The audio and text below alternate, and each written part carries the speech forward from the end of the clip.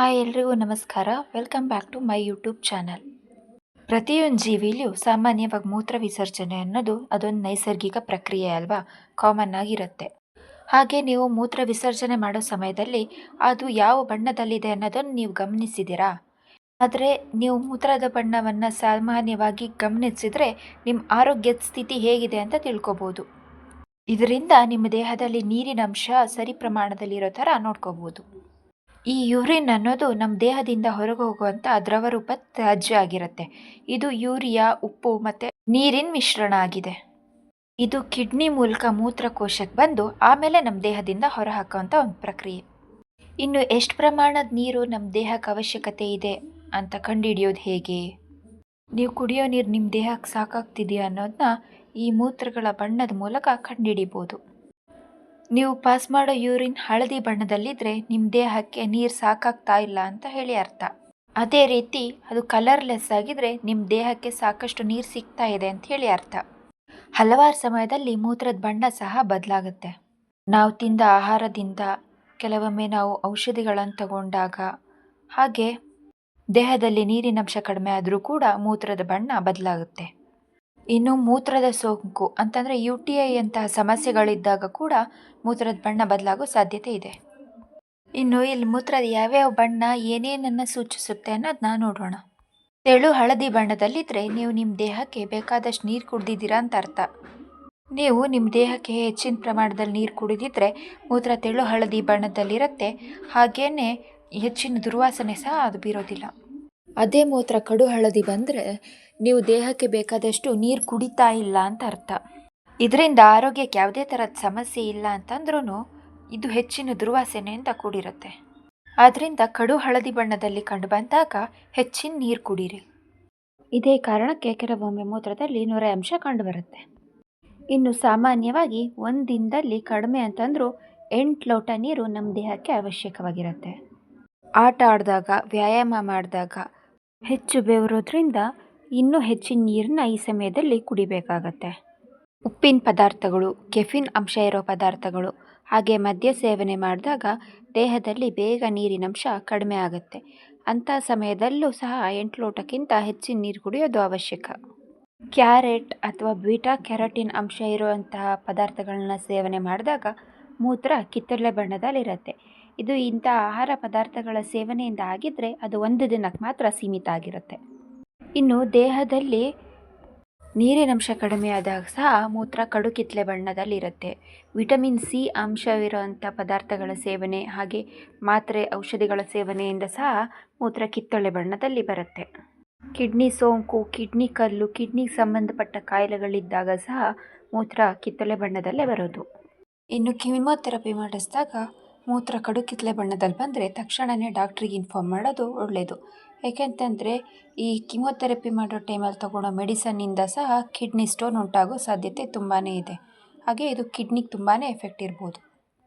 ಇನ್ನು ತುಂಬ ದಿನದಿಂದ ಯೂರಿನ್ ಆರೆಂಜ್ ಬಣ್ಣದಲ್ಲಿತ್ತು ಅಂತಂದರೆ ಅದು ಲಿವರಿನ ಸಮಸ್ಯೆ ಆಗಿರುತ್ತೆ. ಇಂತಹ ಲಕ್ಷಣಗಳು ಕಂಡುಬಂದರೆ ತಕ್ಷಣವೇ ಡಾಕ್ಟರ್ನ ಕಾಂಟ್ಯಾಕ್ಟ್ ಮಾಡಿ. ರೆಡ್ ಅಥವಾ ಪಿಂಕ್ ಕಲರಲ್ಲಿ ಯೂರಿನ್ ಏನು ಬರುತ್ತಲ್ವ, ಅದು ನೀವು ತಿನ್ನೋ ಆಹಾರದಿಂದ ಉಂಟಾಗಿರುತ್ತೆ ಹೆಚ್ಚಿನದಾಗಿ. ಬೀಟ್ರೂಟ್, ಬ್ಲ್ಯಾಕ್ಬೆರಿ ಹಾಗೆ ಕೆಲವು ಕ್ಯಾಂಡಿಗಳಿಂದ ಯೂರಿನ್ನು ಪಿಂಕ್ ಅಥವಾ ರೆಡ್ ಬಣ್ಣದಲ್ಲಿ ಬರುತ್ತೆ. ಇದು ಒಂದು ದಿನಕ್ಕಿಂತ ಹೆಚ್ಚಿಗೆ ಇರೋದಿಲ್ಲ. ಇನ್ನು ಕೆಲವು ಮನೆಮದ್ದುಗಳಿಂದನೂ ಯೂರಿನ್ ರೆಡ್ ಅಥವಾ ಪಿಂಕ್ ಕಲರಲ್ಲಿ ಬರುತ್ತೆ. ಇದಕ್ಕೆ ಹೆಚ್ಚಿನ ತಲೆ ಕೆಡಿಸ್ಕೊಳ್ಳುವಂಥ ಅವಶ್ಯಕತೆ ಇಲ್ಲ.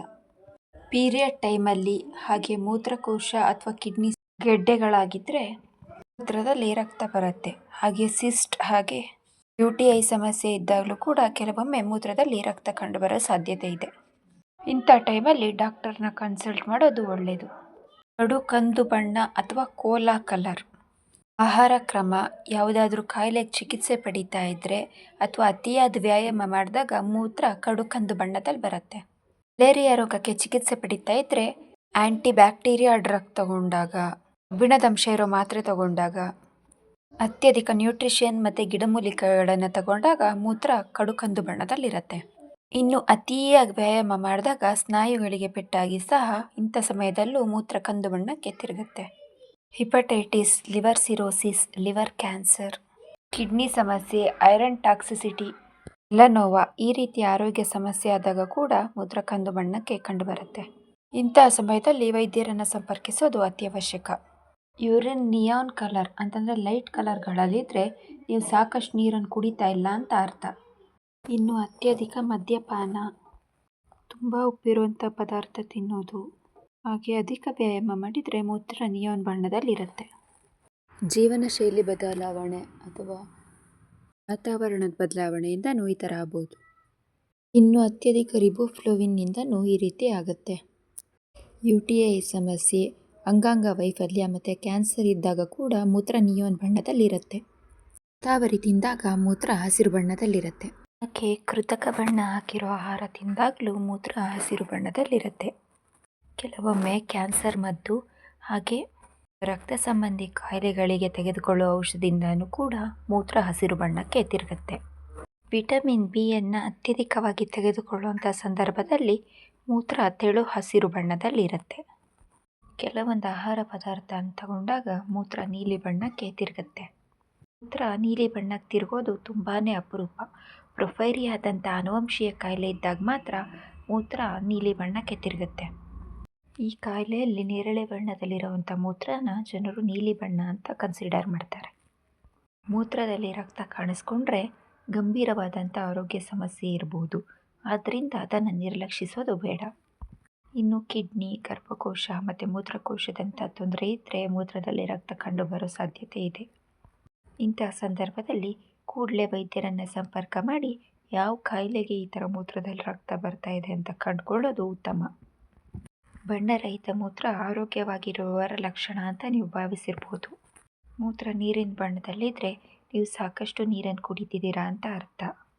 ಆದರೆ ಅತಿಯಾಗಿ ನೀರು ಕುಡಿಯೋದು ಸಹ ಒಳ್ಳೆಯದಲ್ಲ, ಕಡಿಮೆ ನೀರು ಕುಡಿಯೋದು ಸಹ ಒಳ್ಳೆಯದಲ್ಲ. ಸಕ್ಕರೆ ಕಾಯಿಲೆ ವಿಧದಲ್ಲಿ ಬಹು ಅಪರೂಪವಾಗಿರುವಂಥ ಇನ್ಫಿಡಿವಸ್ ಅನ್ನುವಂಥ ಮಧುಮೇಹ ಇದ್ದರೆ ಮೂತ್ರ ಬಣ್ಣರಹಿತವಾಗಿರುತ್ತೆ.